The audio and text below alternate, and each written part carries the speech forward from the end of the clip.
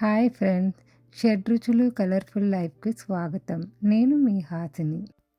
ఇవాళ నేను చేసిన సగ్గుబియ్యం పెసరపప్పు పాయసం చాలా బాగా వచ్చింది.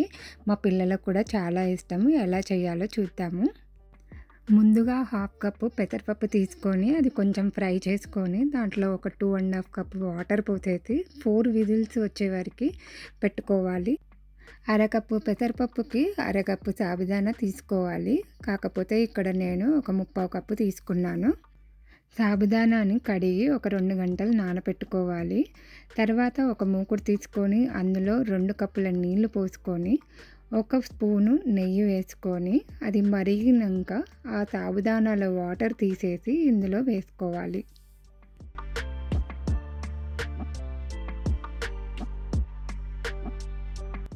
మూత పెట్టి సిమ్లో ఉడికించుకోవాలి.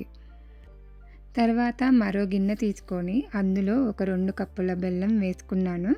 స్వీట్ తక్కువ తినేవాళ్ళు 1/3 వేసుకుంటే సరిపోతుంది.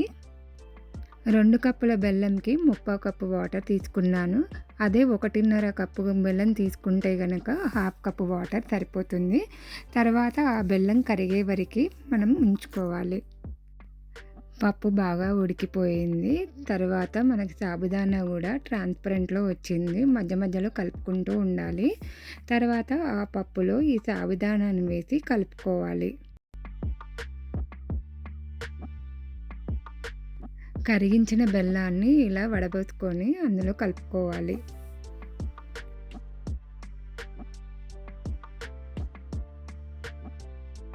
కొంచెం ఇలాచీ పౌడర్ వేసుకొని కలుపుకోవాలి. కలర్ చాలా బాగుంది కదా. 1 స్పూన్ నెయ్యి వేడెక్కాక దాంట్లో కొన్ని క్యాష్యూస్, కొన్ని కిస్మిస్ వేసుకొని ఎర్రగా వచ్చే వరకు ఫ్రై చేసుకోవాలి.